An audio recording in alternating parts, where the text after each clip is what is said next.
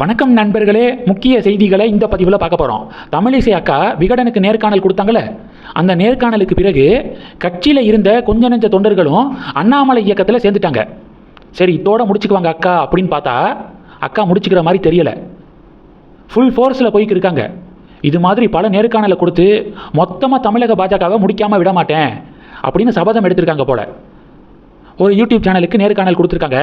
அதில் அண்ணாமலை இயக்கத்தில் மெம்பர் ஆகிறதுக்கு சில வழிமுறைகள் இருக்குல்ல, நம்மளுடைய டீட்டெயில்ஸை ஃபில் பண்ணணும், எந்த தொகுதிக்கு கீழே வரோம் அப்படிங்கிறத சொல்லணும், எல்லா ப்ராசஸும் முடிஞ்சதுக்கப்புறம் ஓடிபி வரும். அந்த ஓடிபியை எடுத்து ஃபில் பண்ணாதான் மெம்பர்ஷிப் கார்டு உருவாகும். இதுதான் ப்ராசஸ்ஸு. இதனை விமர்சிக்கக்கூடிய வகையில் தமிழிசை மேடம் என்ன சொல்லியிருக்காங்கன்னா, நாங்களாம் அப்பயே இது மாதிரி நாங்கள் உறுப்பினர் சேர்க்கையை பண்ணவங்க தான். மிஸ்டு கால் மூலமாக உறுப்பினர் சேர்க்கை நாங்கள் நடத்தினோம். 45 லட்சம் மிஸ்டு கால் வந்துச்சு. மிஸ்டு கால் கொடுக்கும்போதும் ஓடிபி வரும்.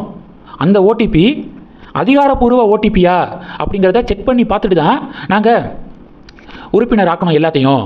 அது மாதிரி 45 லட்சம் உறுப்பினர்களை நாங்கள் சேர்த்தோம் அப்படின்னு பேசியிருக்காங்க. மிஸ்டு கால் கொடுத்தா ஓடிபி வருமா? புதுசால இருக்குது அப்படின்னு கமெண்ட் செக்ஷனில் நிறைய பேர் கலாய்க்கிறாங்க. தமிழிசை அக்கா மாநில தலைவராக இருந்தபோது ஒரு நம்பர் கொடுக்கப்பட்டுச்சு.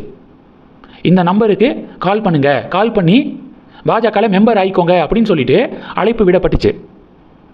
அந்த நம்பருக்கு ஃபோன் பண்ணிங்க அப்படின்னா உடனே கட் ஆயிரும். ஒரு மெசேஜ் வரும், பிஜேபியில் உறுப்பினர் ஆகிட்டீங்க வாழ்த்துக்கள் அப்படின்னு சொல்லிட்டு ஒரு மெசேஜ் வரும். அண்ணாமலை இயக்கத்தில் டிரான்ஸ்பரன்சி இருக்குது. ஆனால் இந்த மிஸ்டு கால் டிரைவில் டிரான்ஸ்பரன்சி இருந்துச்சா அப்படின்னா ஒரு பெரிய கேள்விக்குறி. வி த லீடர்ஸ் இயக்கத்தில் உறுப்பினர் ஆகணும்னா நம்மளுடைய விவரங்கள் எல்லாத்தையும் சப்மிட் பண்ணதுக்கப்புறம் தான் உறுப்பினர் ஆக முடியும். ஒன் சப்மிட் பண்ணிட்டோம்னா நம்மளுடைய டீட்டெயில்ஸ் எல்லாம் அண்ணாமலைக்கிட்ட போயிடும்.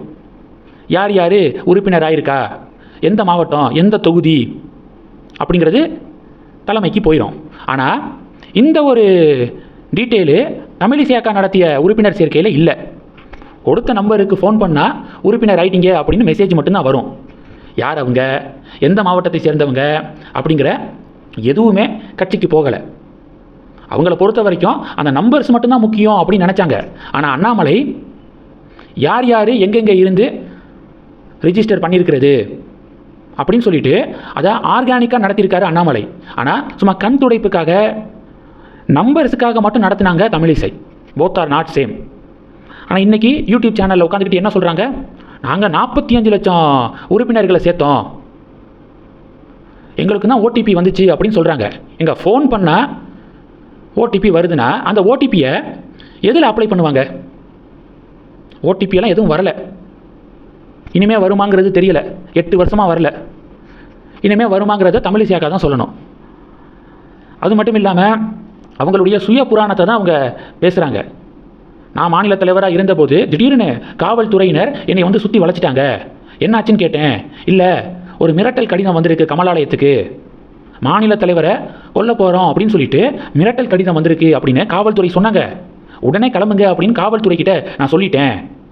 தமிழகத்தில் பாஜகவை அரியணை ஏற்றாமல் இந்த உயிர் போகாது அப்படின்னு காவல்துறைக்கிட்டே சொல்லிட்டாங்களாம். இதெல்லாம் பேசி வச்சுருக்காங்க. அடுத்து பார்த்தீங்கன்னா, வெறியை அழுத்தி சொன்னால் வெற்றியாம். இப்போலாம் நான் வெறியோடு இருக்கேன், தமிழகத்தில் பிஜேபியை ஆட்சி கட்டில் அமர வைக்கிற வெறியோடு இருக்கேன் அப்படின்னு சொல்லிட்டு பேசுகிறாங்க. வெறியை அழுத்தி சொன்னால் அது எப்படி வெற்றி ஆகும்? வெறியை அழுத்தி சொன்னால் வெறி அப்படி தானே ஆகும். எதுகை மோனையோடு பேசுனா எல்லாம் ஆகா சூப்பர் அப்படின்னு சொல்லிட்டு பாராட்டி அவங்க இயக்கத்தில் சேர்ந்துருவாங்க அப்படின்னு சொல்லிட்டு யாரோ அக்காவுக்கு தப்பாக ஐடியா கொடுத்துருக்காங்க போல்.